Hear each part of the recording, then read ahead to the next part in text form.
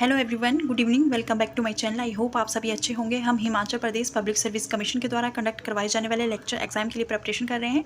जैसा कि आपको पता है कि Himachal Pradesh public service commission ने पीजीटी हिंदी और पीजीटी फिजिक्स के एग्जाम डेट्स अनाउंस कर दिए हैं। इसलिए आप जितना हो सके प्रैक्टिस कीजिए। जितना ज़्यादा आप एमसीक्यूज़ की प्रैक्टिस करेंगे उतना ज़्यादा ही आप अपने एग्जाम को अच्छे से अटेम्प्ट कर पाओगे। आज हम मॉक टेस्ट करेंगे। यह मॉक टेस्ट आपका पेपर 1 के लिए रहेगा। फुल मॉक टेस्ट रहेगा। जितने भी 4 पार्ट्स आपके पूछे जाएंगे वह सभी पार्ट्स इस मॉक टेस्ट में इंक्लूडेड हैं। General Hindi, general English, knowledge of Himachal Pradesh and knowledge of national and international current affairs, सभी क्वेश्चंस इसमें इंक्लूडेड हैं। आप अपने आप को एनालाइज कर पाओगे कि आपकी प्रेपरेशन कितनी बेटर हुई है। आप नोटबुक अपने साथ में लेकर रख सकते हैं और आप क्वेश्चन का आंसर लिखते रहिए और उसको एनालाइज करते रहिए कि आपके कितने क्वेश्चन ठीक हो रहे हैं, कितने क्वेश्चंस गलत हो रहे हैं। तो चलिए आज की क्लास स्टार्ट करते हैं। इस सीरीज़ में टोटल 50 क्वेश्चंस रहेंगे। जैसे कि आपको पता है कि पेपर 1 में 50 क्वेश्चंस आने वाले हैं जो आपके 100 मार्क्स के रहेंगे और आपको 1 आवर टाइमिंग दी जाएगी। साथ ही नेगेटिव मार्किंग भी पेपर 1 में होगी। तो जब भी आप क्वेश्चन अपना अटैम्प्ट करें तो नेगेटिव मार्किंग को अपने माइंड में रख के ही अटैम्प्ट करें। अगर आपको अच्छे से क्वेश्चन आता है तभी आप उस क्वेश्चन को करें, अदरवाइज़ उसको छोड़ दें। तो चलिए क्लास स्टार्ट करते हैं। फर्स्ट क्वेश्चन जो है वह है जनरल इंग्लिश का। Question number 1 is the directions for alternatives A, B, C and D given under each sentence. You are required to select the most suitable alternative to fill in the blank in the sentence to make it meaningful. आपको कोई एक जो option है वह select करना है जिससे जो सेंटेंस है वो मीनिंगफुल करेक्ट हो जाए। The salt spray has gradually dash the bridge. नमक का स्प्रे धीरे धीरे डैश पुल बन गया। ऑप्शंस आर स्पॉइल्ड, जिसका हिंदी में मीनिंग होता है ख़राब हो गया। Second option is the ravaged, Hindi में मीनिंग होता है तबाह होना। डिमोलिश्ड, ध्वस्त हो गया, या फिर इरोडेड, नष्ट हो गया। करेक्ट आंसर जो इसका होगा वह होगा option number D. Option number D is the correct answer. Eroded. The salt spray has gradually eroded the bridge. The salt spray has gradually eroded the bridge. Option number D is the correct answer. Next question is the choose the word opposite in the meaning to the given word. Demolish आपके पास word दिया गया है, इसका आपको opposite meaning select करना है। आपको question का आंसर देने के लिए 10 सेकंड का टाइम दिया जाएगा। आप अपना आंसर नोटबुक पर देख सकते हैं और चेक कर सकते हैं। डिमोलिश के लिए जो ऑप्शंस आपके पास दिए गए हैं वह है शिफ्ट, बिल्ड, रिपीट या फिर हाइड। शिफ्ट मतलब अवस्था बदलना, निर्माण, बिल्ड का जो मतलब होता है वह होता है निर्माण, रिपीट का मतलब होता है दोहराना और हाइड का मतलब होता है छिपाना। सो जो डिमोलिश का जो आपको अपोजिट मीनिंग सेलेक्ट करना है, आप अपना आंसर नोटबुक पर लिख सकते हैं।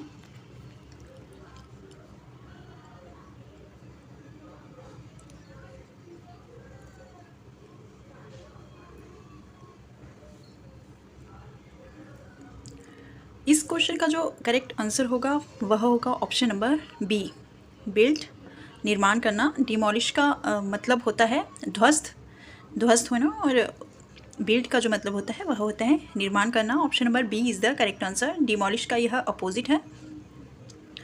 Next question is the some parts of the sentences have errors and some are correct. Find out which part of a sentence has an error. कुछ पार्ट जो सेंटेंस के उसमें एरर दिया गया है और कुछ जो पार्ट्स हैं वह करेक्ट हैं। आपको उस पार्ट को फाइंड आउट करना है जिसमें एरर दिया गया है। Options are the captain along with his team are practising very hard for the fourth coming match, या option number D is the no error. आप अपने आंसर को नोटबुक पर लिख सकते हैं। इसका जो करेक्ट आंसर होगा वह होगा ऑप्शन नंबर बी। यह क्वेश्चन राइट है और इसमें जो है वह ये ग्रामेटिकली इनकरेक्ट सेंटेंस है, इसमें एरर है। Option number B is the correct answer. Next question is the pick out of the most effective word from the given words to fill in the blanks to make the sentence meaningfully complete. He applied for and was dash legal aid by the Labour Ministry. Options are offered, granted, allowed या फिर awarded.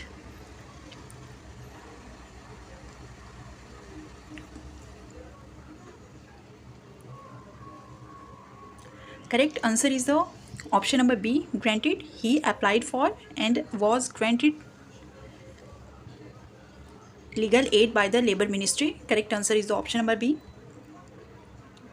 Next question is the pick out most effective word from the given words to fill in the blanks to make the sentence meaningfully complete. You must dash your career with all seriousness. Options are direct, complete, follow या फिर pursue. Correct answer जो होगा वह होगा option number D, pursue. You must pursue your career with all seriousness. Option number D is the correct answer. Next question is the select the correct passive form of the given sentence. आपको correct passive form given sentence की choose करना है. They will put away their woolens after the festival of Holi. Options are their woolens will be put away after the festival of Holi. Their woolens are put away after the festival of Holi. Their woolens have been put away after the festival of Holi. Their woolens are being put away after the festival of Holi. Correct answer जो होगा वह होगा option number A. Option number A is the correct answer. इस sentence का जो correct passive form होगा वह होगा option number A. There woollens will be put away after the festival of Holi. Option number A is the correct answer. Next question is the question number 7. Select the most appropriate meaning of the underlined idiom in the given sentence. The dog played in the pond to his heart's content. यहाँ आपके पास idiom दिया गया है, आपको correct meaning select करना है. Options are avoiding getting too wet till he was completely sick, as much as he wanted, only up to his legs.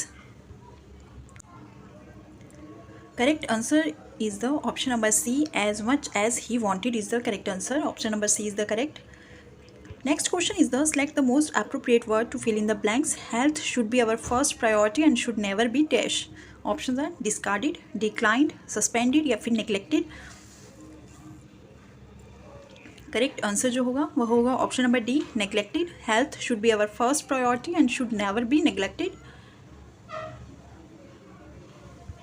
Option number D is the correct answer. Next question is the select the correct indirect form of the given sentence. The teacher said to me you have not submitted the assignment.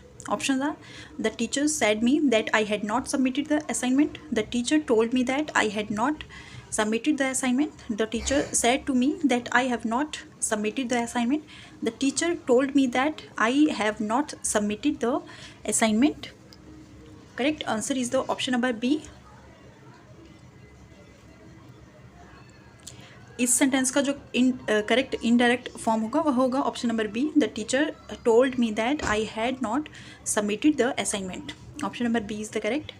Next question is the select the antonym of intrinsic. Intrinsic का आपको antonym select करना है. इसका आपको विलोम शब्द बताना है. Antonym का मतलब विलोम आपको बताना है.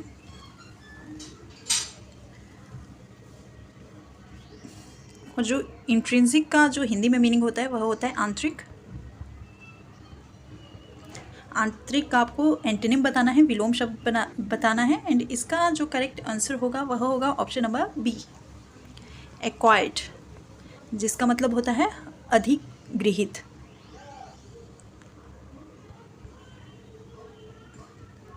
इंट्रिंसिक का जो सिनोनिम होगा वह होगा option number B is the correct. Acquired is the correct answer.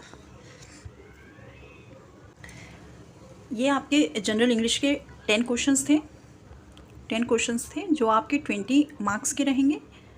20 marks के यह क्वेश्चंस रहेंगे. ईच क्वेश्चन कैरिंग 2 मार्क्स और 0.25 की इसमें नेगेटिव मार्किंग रहेगी. तो आपको जब भी क्वेश्चन अटैम्प्ट करना है तो ध्यान से अटैम्प्ट करना है. तो चलिए अब नेक्स्ट पोर्शन की तरफ मूव करते हैं.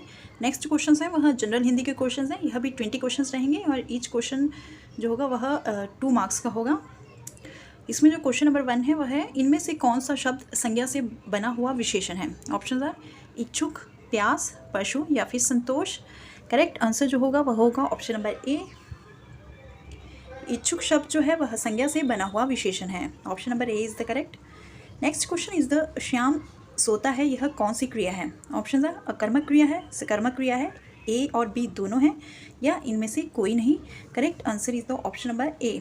श्याम सोता है यह अकर्मक क्रिया का सेंटेंस है. अकर्मक क्रिया है. अकर्मक क्रिया का यह एक एग्जाम्पल है. श्याम सोता है. नेक्स्ट क्वेश्चन इज द एक दो करेला तीत दूजे नीम जड़ा कहावत का इनमें से कौन सा अर्थ है? ऑप्शन आर बुरे को बुरे का साथ मिलना, अमीर गरीब का एक साथ रहना, सबके सब मिलना, मूर्ख से मिलना।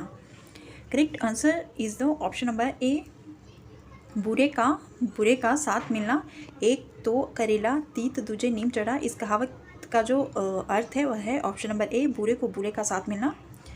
नेक्स्ट क्वेश्चन इज द निर्बल का भाववाचक शब्द कौन सा है? ऑप्शन आर निर्बला, निर्बलता, अनिर्बल या फिर निर्बली। Correct answer is the option number B, निर्बलता शब्द जो है वह निर्बल का भाववाचक शब्द है। Option number B is the correct. Next question is the अवगत और अविगत युगम शब्द का इनमें से कौन सा अर्थ है?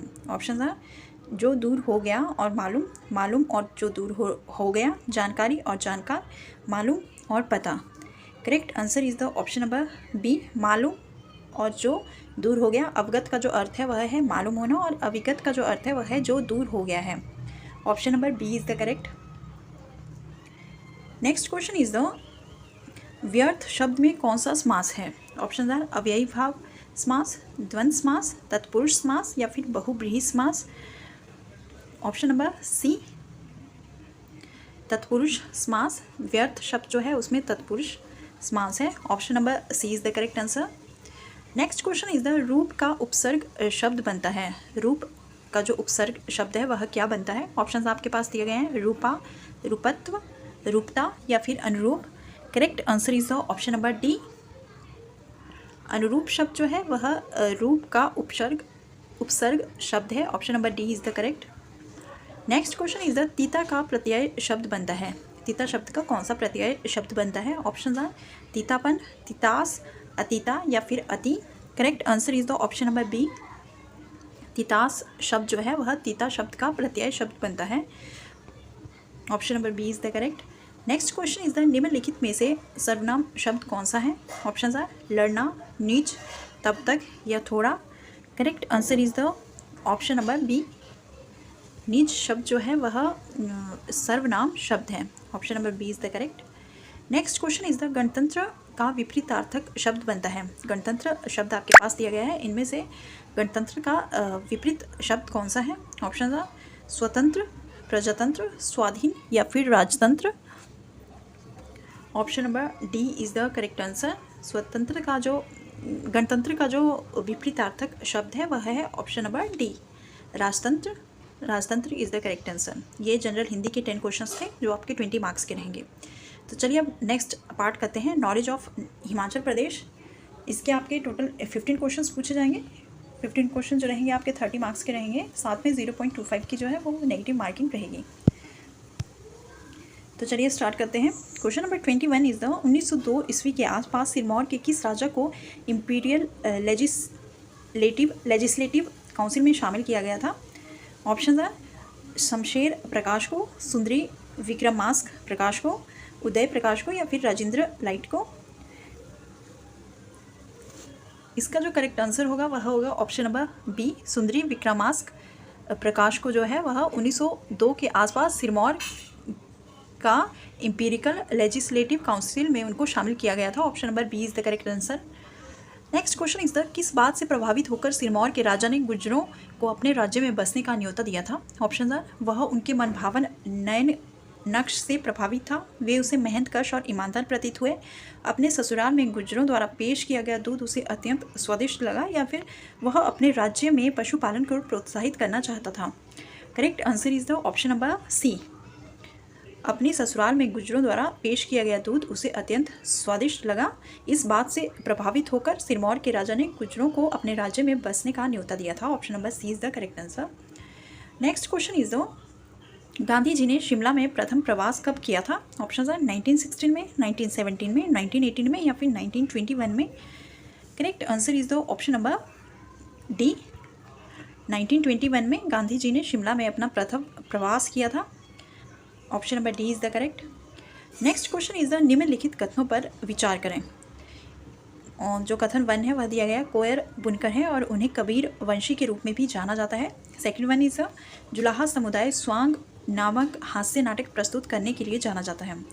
उपरोक्त कथनों में से कौन सा कथन सही है? ऑप्शन आ केवल एक और दो, केवल दो, केवल वन, या फिर उपरोक्त में से कोई नहीं। करेक्ट आंसर जो होगा वह होगा ऑप्शन नंबर ए, केवल एक और दो। ये दोनों ही क्वेश्चंस, दोनों ही जो कथन है वह सही है। कोयर बुनकर हैं और उन्हें कबीरवंशी के रूप में भी माना जाता है, यह भी करेक्ट है। जुलाहा समुदाय स्वांग नामक हास्य नाटक प्रस्तुत करने के लिए जाना जाता है, यह ऑप्शन भी जो है वह करेक्ट आंसर है, इसलिए दोनों ही ऑप्शंस जो होंगे वो सही होंगे। नेक्स्ट क्वेश्चन इज द निम्नलिखित कथनों पर विचार करें। कथन 1 जो दिया गया है वह है हिंदू गुज्जर कृषि करते हैं और स्थिर जीवन जीते हैं, मुस्लिम गुज्जर अस्थिर देहाती जीवन जीते हैं, गुज्जरों की संपत्ति में भेड़ और बकरियां शामिल हैं। उपरोक्त कथनों में से कौन सा कथन सही है? ऑप्शंस आपके पास दिए गए हैं, केवल एक और दो, केवल एक और तीन, केवल दो और तीन, या उपरोक्त में से सभी। Correct answer is the option number ए, केवल एक और दो। फर्स्ट और जो सेकंड कथन आपके पास दिया गया है वह सही है। हिंदू गुज्जर कृषि करते हैं और स्थिर जीवन जीते हैं, मुस्लिम गुज्जर अस्थिर देहाती जीवन जीते हैं। Option number 1 and 2 is the correct answer, option number A is the correct.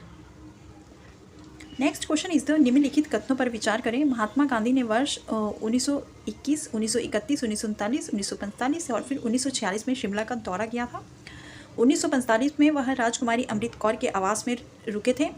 1946 में वे मैनर विले में रहे। उपरोक्त में से कौन सा कथन सही है? ऑप्शन आर केवल एक और तीन, केवल तीन, केवल दो और तीन, उपरोक्त में से सभी। इसका जो करेक्ट आंसर होगा वह होगा ऑप्शन नंबर बी, केवल जो तीसरा ऑप्शन आपके पास दिया गया है, थर्ड ऑप्शन जो दिया गया है वह ऑप्शन ही सही है। 1946 में वे मैनर विले में रहे थे। Option number B is the correct answer, केवल तीन जो है वह करेक्ट आंसर है। नेक्स्ट क्वेश्चन इज द सन 1947 में अंग्रेजों ने भारत छोड़ने पर बिलासपुर रियासत के शासक क्या करने की योजना बना रहे थे? ऑप्शन वन बिलासपुर को एक स्वतंत्र देश घोषित करना, भारतीय संघ में शामिल होना, दूसरी देशी रियासतों से मिलकर एक अलग संघ बनाना, राज्य का पंजाब में विलय करना। इसका जो करेक्ट आंसर है वह होगा ऑप्शन नंबर ए, बिलासपुर को एक स्वतंत्र देश घोषित करना। सन 1947 में अंग्रेजों के भारत छोड़ने पर बिलासपुर रियासत के जो शासक थे वह बिलासपुर को एक स्वतंत्र देश घोषित करने की योजना बना रहे थे। Option number A is the correct answer. Next question is the Satyanand Stokes कौन थे? ऑप्शन आर हिमाचल प्रदेश में बसे एक अमेरिकी धर्म प्रचारक थे, इतिहासकार थे, जिन्होंने हिमाचल प्रदेश के देशी राज्य का पर विस्तार से लिखा था। हिमाचल प्रदेश सरकार में रह रहे एक मंत्री, या फिर हिमाचल प्रदेश के प्रथम उपराज्यपाल थे। इसका जो करेक्ट आंसर होगा वह होगा ऑप्शन नंबर ए, सत्यानंद स्टोक्स जो थे वह हिमाचल प्रदेश में बसे एक अमेरिकी धर्म प्रचारक हैं। Option number A is the correct answer.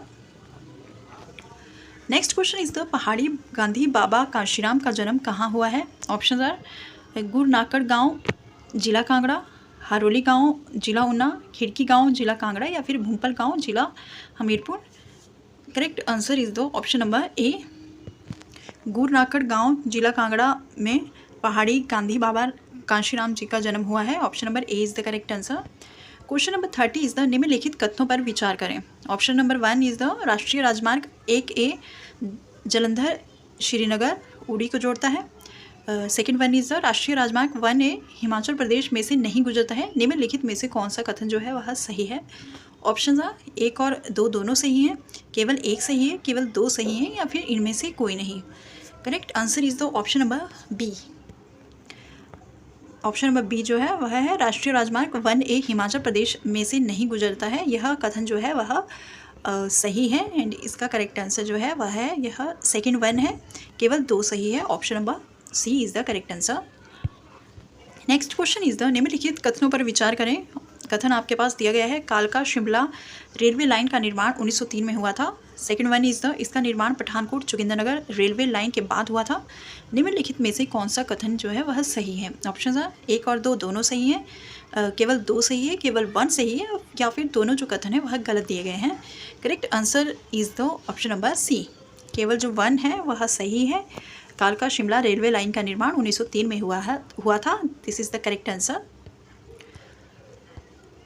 Next question is the द्वितीय विश्व युद्ध में किस हिमाचली को विक्टोरिया क्रॉस मिला था? Option are major Somnath Sharma को, जमादार लाला को, सूबेदार मेजर भंडारी राम को, या फिर इनमें से कोई नहीं। Correct answer is the option number C, सूबेदार मेजर भंडारी राम को द्वितीय विश्व युद्ध में विक्टोरिया क्रॉस मिला था। Option number C is the correct. Question number 33, राज्य पुनर्गठन आयोग की रिपोर्ट का हिमाचल प्रदेश की स्थिति पर क्या प्रभाव पड़ा? ऑप्शन आर हिमाचल प्रदेश का पंजाब में विलय हो गया, वह पूर्ण राज्य बन गया, हिमाचल प्रदेश केंद्र शासित प्रदेश बन गया, या फिर हिमाचल प्रदेश को भाग ग का राज्य बना दिया गया। करेक्ट आंसर जो इसका होगा वह होगा ऑप्शन नंबर सी, वह केंद्र शासित प्रदेश बन गया। राज्य पुनर्गठन आयोग की रिपोर्ट का हिमाचल प्रदेश की स्थिति पर यह प्रभाव पड़ा कि हिमाचल प्रदेश जो है वह केंद्र शासित प्रदेश बन गया। Next question is the question number 34, कौन सा लोक नृत्य सुमेलित नहीं है? इसमें से जो लोक नृत्य है वह करेक्टली मैच नहीं है। ऑप्शन आर घी और बुराहा सिरमौर, शांतो लाहौल स्पीति, डांगी किन्नौर, या फिर चोलाम्पो रोपा घाटी। Correct answer is the option number C, डांगी किन्नौर। यह जो लोक नृत्य है यह करेक्टली मैच नहीं है, क्योंकि जो डांगी नृत्य है वह चंबा ज़िले से है, चंबा ज़िले से रिलेटेड है, यह किन्नौर से रिलेटेड नहीं है। So option number C is the correct answer. Question number 35 is the निम्नलिखित में से कौन सा कथन कारदांक गोम्पा के बारे में सही नहीं है? ऑप्शन है यहाँ के पुस्तकालय में कांग्योर और तांग्योर का वृहद कलेक्शन है, यह पूरे क्षेत्र में प्रचलित सबसे बड़ा गोम्पा है, यह 15,000 फीट ऊंची राज चोटी पर स्थित है, इसे लामा सर्जन रिंचेन ने बनवाया था। Correct answer is the option number D, इसे लामा सर्जन रिंचेन ने बनवाया था। यह ऑप्शन जो है वह कारदांक गोम्पा के बारे में सही नहीं है। Option number D is the correct answer. ये हिमाचल प्रदेश के जनरल नॉलेज से टोटल 15 क्वेश्चन थे जो आपके 30 मार्क्स के रहेंगे, और इनमें भी 0.25 मार्क्स की जो है वह नेगेटिव मार्किंग रहेंगी, और ऐसे ही टाइप के क्वेश्चन आपके पूछे जाएंगे। सो आप ऐसे टाइप के क्वेश्चन की ज़्यादा से ज़्यादा प्रैक्टिस करिए। अब नेक्स्ट क्वेश्चन करते हैं।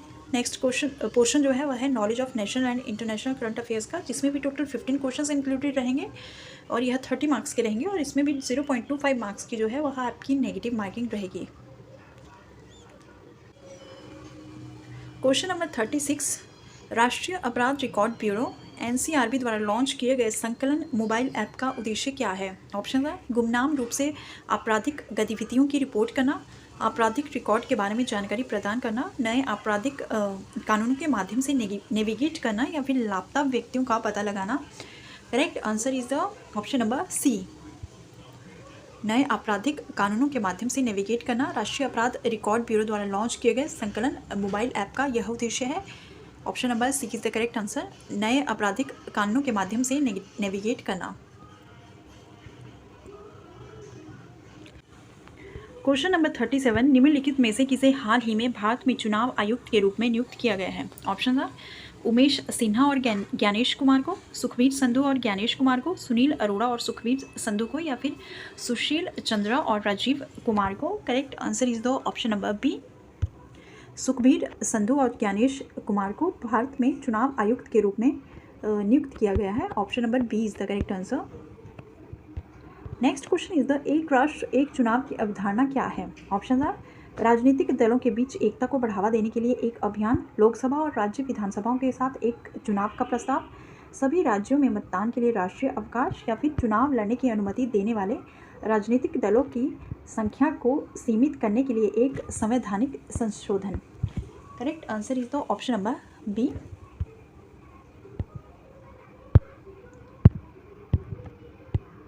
Option number B is the correct answer. Lok Sabha और राज्य विधानसभाओं के लिए एक साथ चुनाव का प्रस्ताव करना, यह एक राष्ट्र एक चुनाव की अवधारणा है। Option number B is the correct answer. Next question is the 12 मार्च 2024 को पोखरण में आयोजित भारत शक्ति अभ्यास क्या है? ऑप्शन आर भारत में प्रतिवर्ष आयोजित होने वाला एक योग और ध्यान कार्यक्रम, स्वदेशी रक्षा क्षमताओं को प्रदर्शित करने वाला एक सैन्य अभ्यास, भारत की समृद्ध विरासत का जश्न मनाने वाला एक सांस्कृतिक त्यौहार, या फिर अंटार्कटिका के लिए एक वैज्ञानिक अभियान। Question number option number B is the correct answer. स्वदेशी रक्षा क्षमताओं को प्रदर्शित करने वाला एक सैन्य अभ्यास 12 मार्च 2024 को पोखरण में आयोजित भारत शक्ति अभ्यास जो है वह एक स्वदेशी रक्षा क्षमताओं को प्रदर्शित करने वाला एक सैन्य अभ्यास है। Option number B is the correct answer. Next question is the नागरिकता संशोधन अधिनियम 2019 CAA का उद्देश्य क्या है? ऑप्शन आर पड़ोसी देशों के सभी प्रवासियों को नागरिकता प्रदान करना, पाकिस्तान, बांग्लादेश और अफगानिस्तान से आए गैर मुस्लिम प्रवासियों को भारतीय राष्ट्रीयता प्रदान करना, भारत में धार्मिक विविधता को बढ़ावा देना, या फिर विशिष्ट देशों से आप्रवासन को प्रतिबंधित करना। Correct answer is the option number B. नागरिकता संशोधन अधिनियम 2019 का जो उद्देश्य है वह है पाकिस्तान, बांग्लादेश और अफगानिस्तान से आए गैर मुस्लिम प्रवासियों को भारतीय राष्ट्रीयता प्रदान करना। Option number B is the correct answer. Next question is the दिसंबर 2023 में global partnership on artificial intelligence शिखर सम्मेलन कहाँ आयोजित किया गया था? Option are Beijing, New Delhi, Geneva, या फिर Washington DC। Correct answer is the option number B. New Delhi में दिसंबर 2023 में global partnership on artificial intelligence शिखर सम्मेलन का आयोजित किया गया था। Option number B is the correct answer. Question number 42 is the प्रधानमंत्री नरेंद्र मोदी ने 11 दिसंबर 2023 को युवाओं के विकास के लिए कौन सी पहल शुरू की है? ऑप्शन आर विकसित भारत @2047, युवाओं की आवाज़, राष्ट्रीय शिक्षा नीति 2020, युवाओं के लिए कौशल विकास, या फिर डिजिटल इंडिया अभियान। इसका जो करेक्ट आंसर होगा वह होगा ऑप्शन नंबर ए, विकसित भारत 2047 जो है 2047 युवाओं की आवाज़। यह जो पहल है यह प्रधानमंत्री नरेंद्र मोदी के द्वारा 11 दिसंबर 2023 को युवाओं के विकास के लिए शुरू की गई है। Option number A is the correct. Next question is the हाल ही में कौन सा राज्य समान नागरिक संहिता लागू करने वाला भारत का पहला राज्य बन गया है?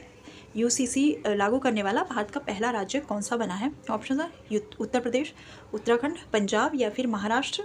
Correct answer is the option number B, Uttarakhand राज्य जो है वह समान नागरिक संहिता लागू करने वाला भारत का पहला राज्य बन गया है। Option number B is the correct.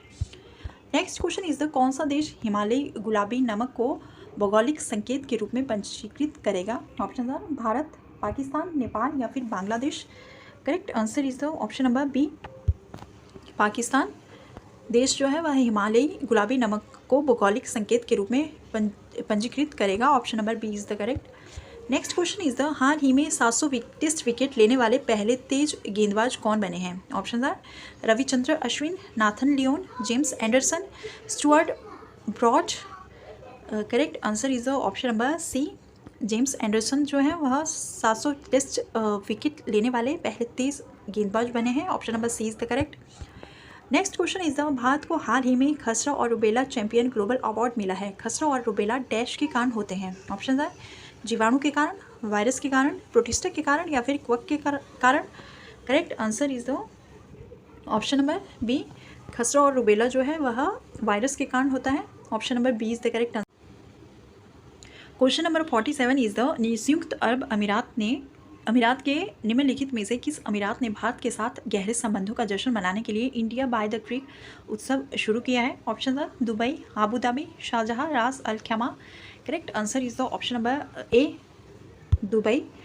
Dubai ने भारत के साथ गहरे संबंधों का जश्न मनाने के लिए इंडिया बाय द क्रीक उत्सव शुरू किया है। Option number A is the correct answer. Next question is the निम्नलिखित में से कौन सा देश सार्क का सदस्य नहीं है? ऑप्शन आर नेपाल, मालदीव, चीन, या फिर अफगानिस्तान।